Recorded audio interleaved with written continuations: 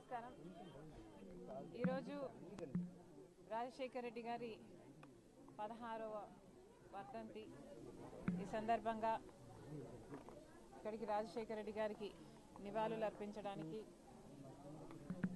ఎంతోమంది అభిమానులు ఈరోజు ఇక్కడికి రావడం జరిగింది.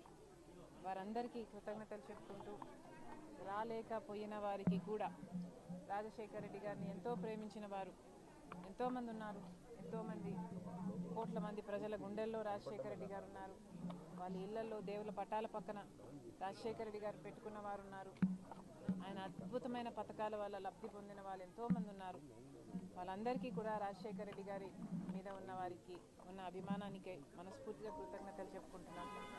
మరొకసారి ఈరోజు మనందరము గుర్తు చేసుకోవాలి, రాజశేఖర రెడ్డి గారి అద్భుతమైన జీవితం.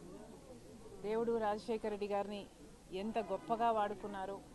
16 సంవత్సరాలు అయిపోయినా కూడా ఇంతమంది గుండెల్లో రాజశేఖర రెడ్డి గారు ఇంకా బ్రతుకున్నారు అంటే అది సామాన్యమైన జీవితం కాదు.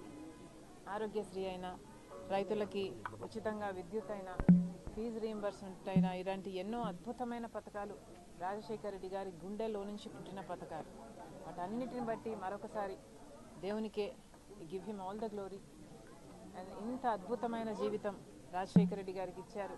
అందును బట్టి ఇంత ఆదరణ ప్రజలు రాజశేఖర రెడ్డి గారికి ఇచ్చారు. అందును బట్టి అందరికీ మరొకసారి కృతజ్ఞతలు చెప్పుకుంటూ, మరి ముఖ్యంగా రాజశేఖర రెడ్డి గారు చనిపోతే ఆ బాధను భరించలేక, ఆ నిజాన్ని జీర్ణించుకోలేక ఆయన వెనకాలే దాదాపు 700 మంది వాళ్ళ ప్రాణాలు వదలటం జరిగింది.